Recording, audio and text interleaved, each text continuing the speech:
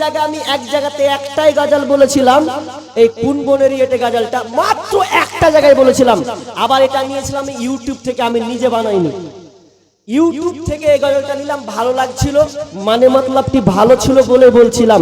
তবে এটা যে গান আমি তো আর জানি না, এটা আমি তো আর গান শুনি না, যারা গান শুনে তারা হয়তো বলেছে কথাটা, কিন্তু আমি তো এই গান কি এটা জানি না, কিন্তু কথাটি খুব ভালো ছিল। যেদিন থেকে আমাকে বললো এটা গান, আমি বলা ছেড়ে দিয়েছি।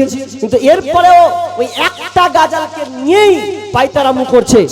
আমি গজল বলি, এটা আমি অস্বীকার করি না। করে যে মৌলবি গজল বলছে সেই ভেজাল সোশ্যাল মিডিয়াতে খুব মারাত্মক, এজন্য নিয়াত করছি যে ইউটিউবারকে মুছেই দেবো, থাক ঝামেলা নাই। আর না রাখলে ফোন করছেন যে আপনার বক্তব্যটা শুনতে পেলাম না। মানুষ দু রকমই আছে, সকাল থেকে আমি গাজালটা বলে শেষ করছি, কিন্তু 5-10 টাকা যা আছে দিতে হবে। গাজাল বলে ঠেলা, নিজে কষ্ট করে লিখছি যে যদি না বলি রে ভাই তাহলে আমার এত শ্রম করে লাভ কি?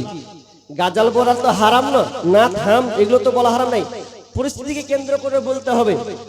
কারণ আমি লিখি এবং বলার চেষ্টা করি, এতে অস্বীকার করি না। তবে আমার বক্তব্যগুলোকে তারা না ছেড়ে শুধু গাজাল ছাড়ছে ভিউ পাওয়ার জন্য, যত পেজে সব ভিউ পাওয়ার জন্য সব গাজাল রিলস ভিডিও ছেড়ে বসে আছে। এগুলো তাদের কর্ণপাত হয় না, শুধু বিরোধিতা করার। তো আল্লাহ তাদেরকে হেদায়েত দান করুক, এ তো বিচার আল্লাহ হবেই।